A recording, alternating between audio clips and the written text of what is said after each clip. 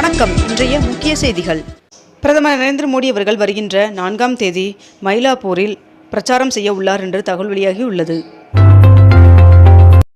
பாமக தேர்தல் அறிக்கையை இன்று வெளியிடப்பட உள்ளதாக தகவல் வெளியாகியுள்ளது.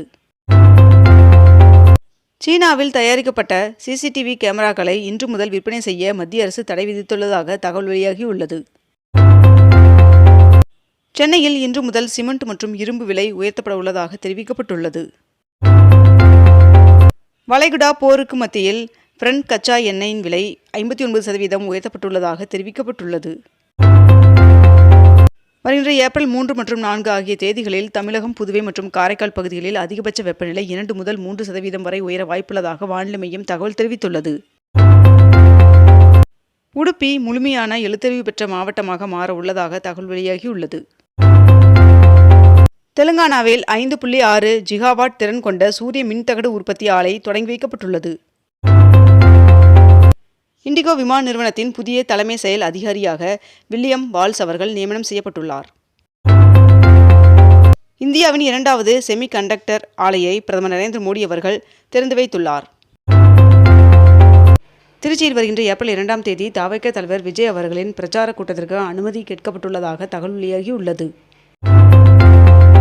பண்ணாரியம்மன் சுவாமி கோவிலில் குண்டம் திருவிழாவில் ஒன்றிய இணை அமைச்சர் எல். முருகன் அவர்கள் தீ மிதித்து நேர்த்திக்கடன் செலுத்தினார். கேரளா, அசாம் மற்றும் புதுச்சேரி மாநிலங்களில் சுமார் 2,30,000 வாக்காளர்களுக்கு வீட்டில் இருந்தபடியே வாக்களிக்கும் வசதியை வழங்கியதாக தேர்தல் ஆணையம் அறிவித்துள்ளது. சட்டமன்ற தேர்தலை ஒட்டி முதற்கட்டமாக 3,32,231 அலுவலர்களுக்கு தேர்தல் பயிற்சி வழங்கப்பட்டுள்ளதாக தேர்தல் ஆணையம் தெரிவித்துள்ளது. 82 லட்சம் ரூபாய் வரி பாக்கி புகாரில் ஜெயலலிதா அவர்களின் ஹைதராபாத் இல்லத்தை ஹைதராபாத் மாநகராட்சி நிர்வாகம் முடக்கியது. 22 கேரட் ஆபண தங்கத்தின் விலை சவரனுக்கு 800 ரூபாய் குறைந்து ஒரு சவரன் 1,09,360 ரூபாயாகவும் 1 கிராம் 13,670 ரூபாய்க்கும் விற்பனை செய்யப்பட்டு வருகிறது. இதனைத் தொடர்ந்து 1 கிராம் வெள்ளியின் விலை கிராமிற்கு 5 ரூபாய் குறைந்து 1 கிராம் வெள்ளி 250 ரூபாய்க்கு விற்பனை செய்யப்பட்டு வருகிறது. முதலமைச்சர் மு. க. ஸ்டாலின் அவர்கள் திருவாரூரில் நேற்று தேர்தல் பரப்புரையை தொடங்கினார். பாமக நிறுவனர் ராமதாஸ் அவர்களின் தரப்பில் தேர்தலில் போட்டியிடும் வேட்பாளர்கள் பட்டியல் வெளியிடப்பட்டுள்ளது. தவிக தலைவர் விஜய் அவர்களிடம் 404 கோடியில் அசையும் சொத்துக்கள் உள்ளது என்று பெரம்பூர் தொகுதியில் விஜய் அவர்கள் தாக்கல் செய்துள்ள வேட்புமனுவில் தகவல் தெரிவிக்கப்பட்டுள்ளது. சிபிஎஸ்இ சி-டெட் 2026 தேர்வு முடிவுகள் வெளியானது.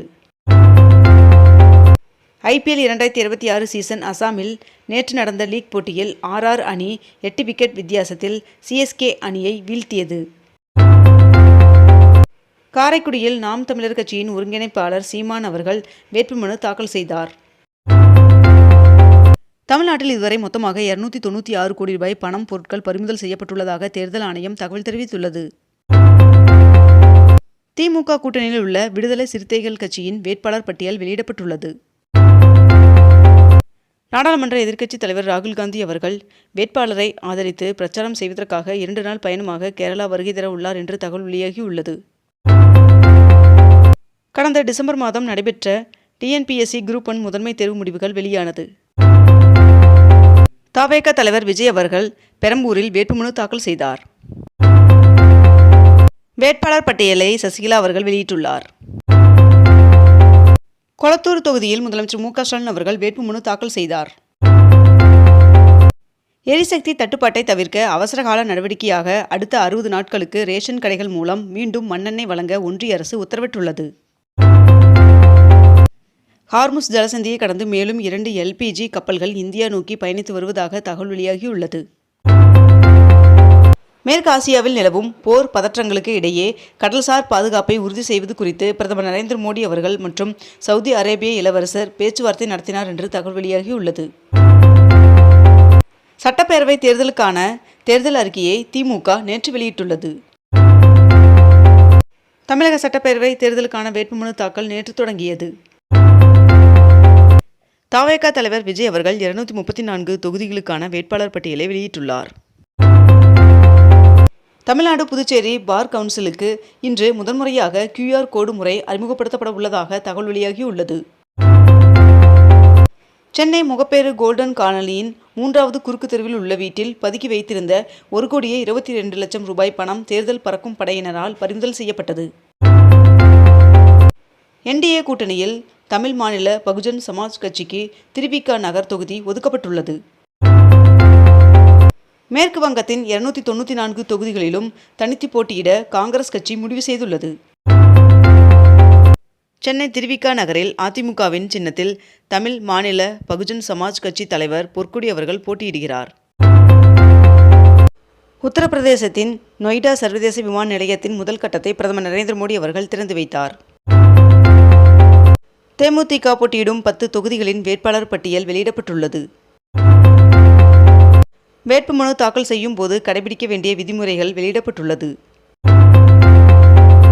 சென்னை அண்ணா அறிவாலயத்தில் திமுக வேட்பாளர் பட்டியலை முதலமைச்சர் மு க ஸ்டாலின் அவர்கள் வெளியிட்டார். போடி தொகுதியில் திமுக வேட்பாளராக ஓ பன்னீர்செல்வம் அவர்கள் அறிவிக்கப்பட்டுள்ளார். தருமபுரி நகராட்சியில் 82 கோடியில் 2ஆம் கட்ட பாதாள சாக்கடை திட்ட பணிகள் தீவிரமாக நடைபெற்று வருவதாக தெரிவிக்கப்பட்டுள்ளது. நெல்லை தூத்துக்குடி மாவட்ட பள்ளி கல்லூரிகளின் NCC மாணவர்கள் 300 பேருக்கு துப்பாக்கி சுடும் பயிற்சி நடைபெற்றது. 25 ஆண்டுகளில் முதல் முறையாக தனது தங்க இருப்பை ரஷ்யா விற்க தொடங்கியுள்ளதாக தகவல் வெளியாகியுள்ளது.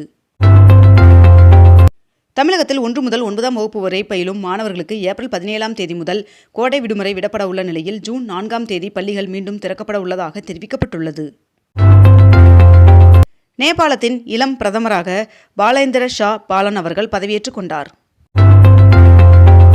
MBBS தேர்வுகளை நடத்தும் பணிகளில் ஈடுபட்டுள்ள பேராசிரியர்களுக்கான படிகளை உயர்த்தி வழங்குமாறு அரசு மருத்துவர்கள் கோரிக்கை விடுத்துள்ளனர். QS சர்வதேச பல்கலைக்கழகங்களின் பாடப்பிரிவு தரவரிசை பட்டியலில் பொறியியல் மற்றும் தொழில்நுட்ப பிரிவில் VIT பல்கலைக்கழகம் உலக அளவில் 119வது இடத்திற்கு முன்னேறியுள்ளது. தமிழ்நாட்டில் சட்டமன்ற தேர்தல் வாக்குப்பதிவை முன்னிட்டு ஏப்ரல் 23ஆம் தேதி பொது விடுமுறை அறிவிக்கப்பட்டுள்ளது. மத்திய கிழக்கில் ஈரான் போர் தொடர்ந்து நீடித்து வரும் நிலையில் அதன் பாதிப்புகள் குறித்து பிரதமர் நரேந்திர மோடி அவர்கள் மாநில முதலமைச்சர்களுடன் காணொலி காட்சி வாயிலாக நேற்று ஆலோசனை நடத்தினார். தமிழ்நாட்டில் மேற்கண்ட இந்த 4 மாவட்ட SP-க்களை இடமாற்றம் செய்து தேர்தல் ஆணையம் உத்தரவு பிறப்பித்துள்ளது. அதிமுக சார்பில் தமிழக சட்டசபை தேர்தலில் போட்டியிடும் 2ஆம் கட்ட வேட்பாளர்களுக்கான பட்டியலை அதிமுக பொதுச் செயலாளர் எடப்பாடி பழனிசாமி அவர்கள் வெளியிட்டுள்ளார். அமெரிக்க வரலாற்றில் முதன்முறையாக அந்நாட்டின் கரன்சி நோட்டில் அதிபர் டொனால்ட் ட்ரம்ப் அவர்களின் கையெழுத்திடும் புதிய நடைமுறை அமலுக்கு வருகிறது என்று தகவல் வெளியாகியுள்ளது. இத்துடன் இன்றைய தலைப்புச் செய்திகள் நிறைவடைகின்றன. மேலும் இதுபோன்ற அண்மை தகவல்களை உடனுக்குடன் தெரிந்து கொள்ள அக்னிபூ சேனலை சப்ஸ்கிரைப் செய்து கொண்டு தொடர்ந்து இணைந்திருங்கள். நன்றி, வணக்கம்.